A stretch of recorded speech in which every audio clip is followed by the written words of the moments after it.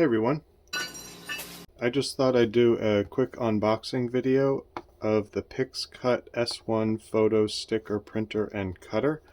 This is a 2-in-1 sticker printer that can print the sticker and then actually cut it out, sort of like a Silhouette or Cricut type machine.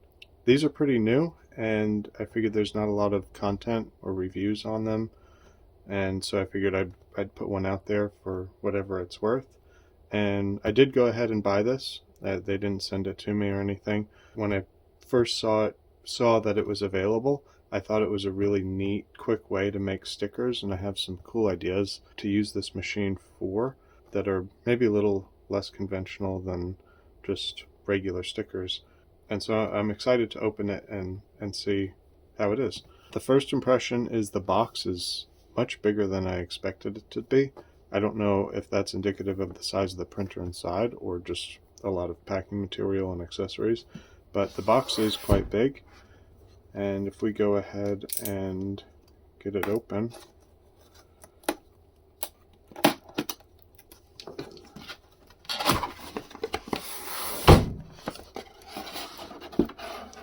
so it seems that it is actually quite well packed.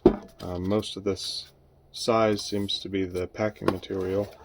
This is an ink cartridge and a set of sticker paper. The cool thing about these printers is that they send you buy the ink and the printer paper, the sticker paper, at the same time. And the amount of ink that they send you is enough for the amount of sticker paper that they also send you. So it should be one-to-one, and that's just a nice way of doing it that is sort of unexpected from traditional printers.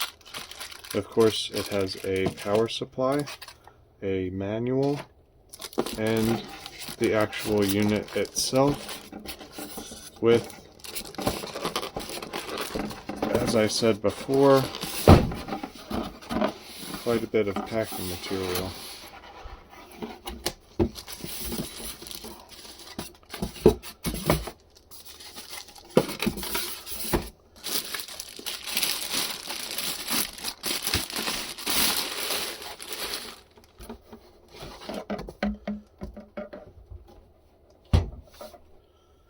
So the printer itself is a lot more on par with the size that I expected it to be, and so far it doesn't look like there's too much to it. This cover is magnetic, which is a nice touch. It's easy to put on and take off, and it just looks like there's some extra packing material to keep things safe during travel. So I'm gonna peel that sticker off. I'm going to peel off the one on the back. Oh, it has a little door. And then this comes out, which actually looks like it's probably a tray for the paper, maybe? I'll have to do a quick look at the instructions and really make sure.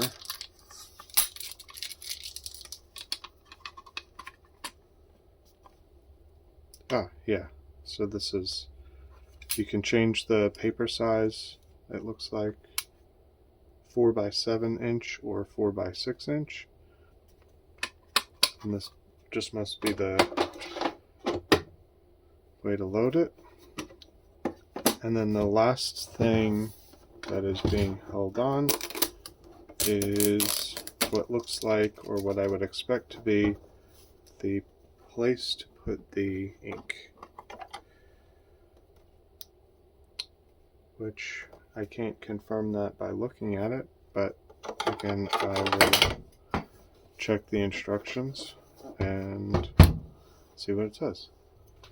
So after a quick look at the instructions, I was actually wrong. The ink goes on in this side.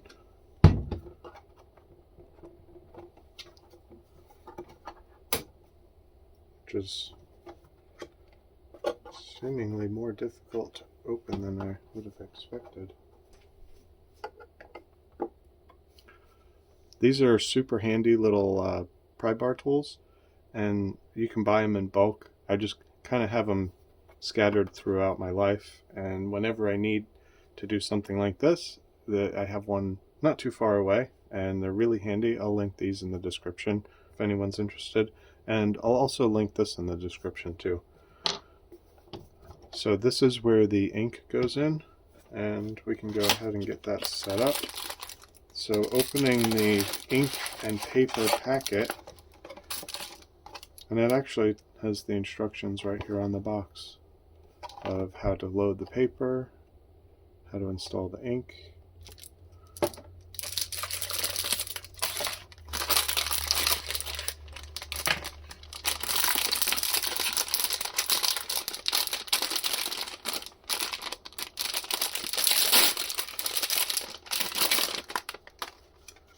So this is the ink cartridge, and it looks like it goes in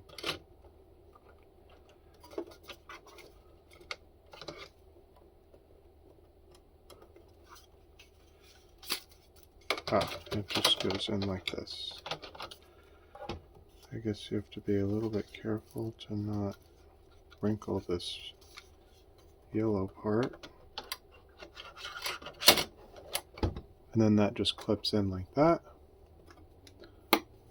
We can close that door.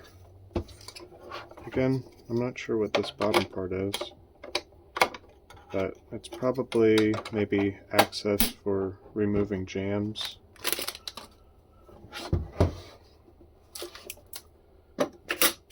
Next is we need to load the paper.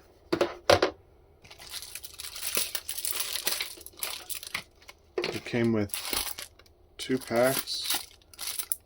One is a just photo paper, just for prints, and the other is a sticker paper for prints and cuts.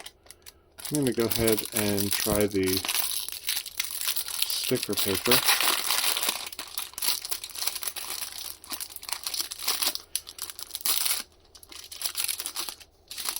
It's also unclear if the ink is enough for either one of these packs or both the packs.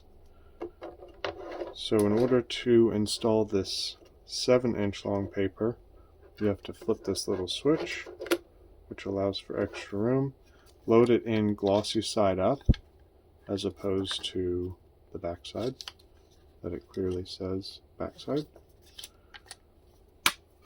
Close that,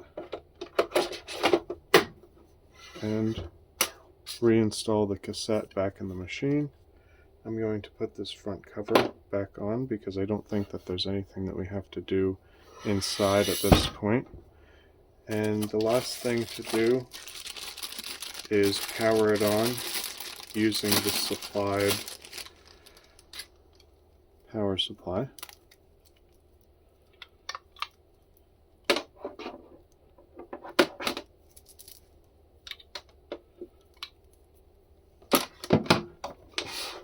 Which plugs in on the side next to the USB-C port, which it didn't give me a USB-C cable. I'm not unsure if that's for power or if that's for computer control as opposed to wireless control.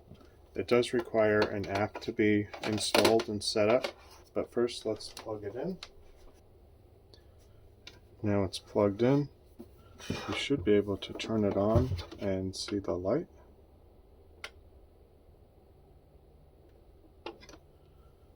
Okay. The white light. Whoop.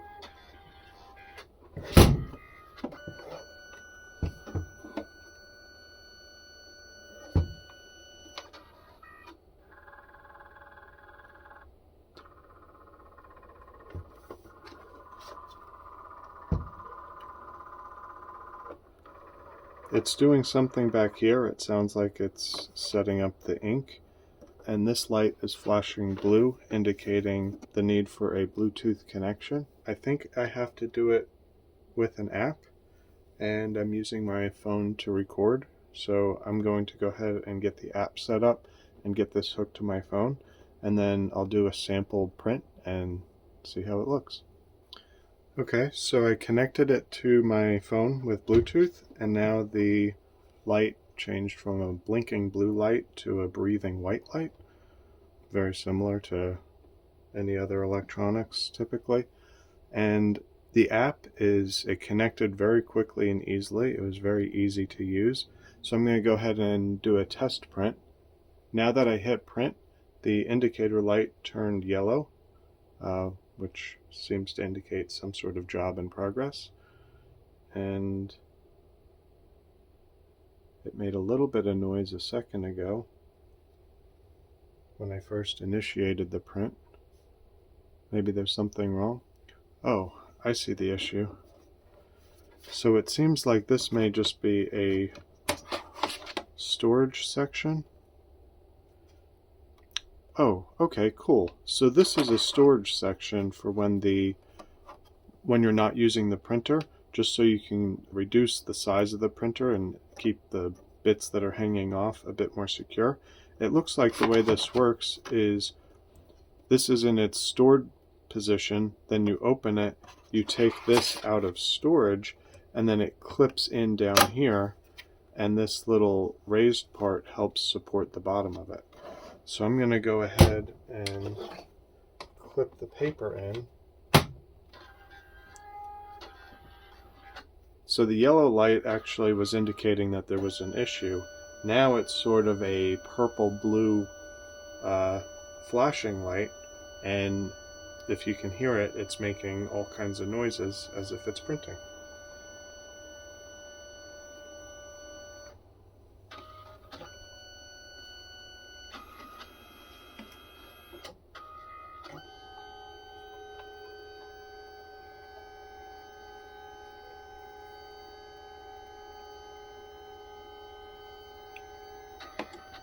Okay, it looks like yellow came out.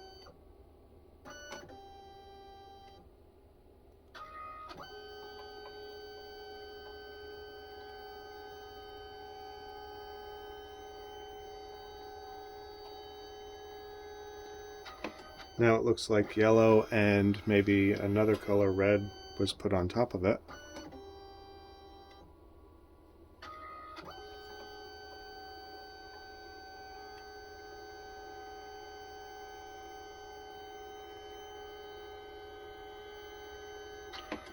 Now it looks like this is the final color,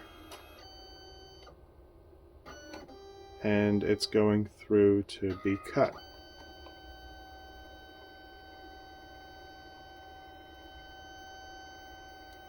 Oop. One more layer of color.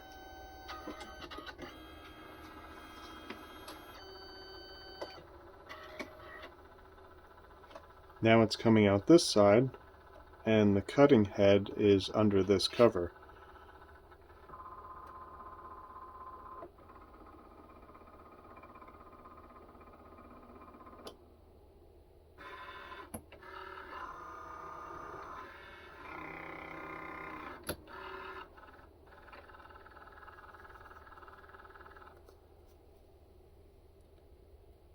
And just like that, the light is back to white, indicating that all the processing is done.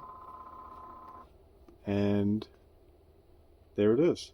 It looks like there's a slight blemish, so it almost looks like it's stained for some reason. I don't know why. And it also, in the phone app, I positioned this pretty close to the top, closer to the top than this amount of space would indicate.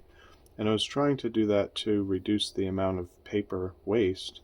But this is a 4x7, and it also takes 4x6, so it's also very possible that I have the wrong paper size set up. But this is the color that I picked. This is the text that I added, and it looks like this can peel off.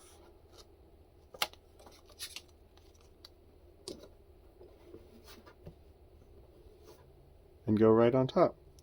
So I think at this point I'm super impressed. I'm excited to start printing more stickers, and then also the occasional photo.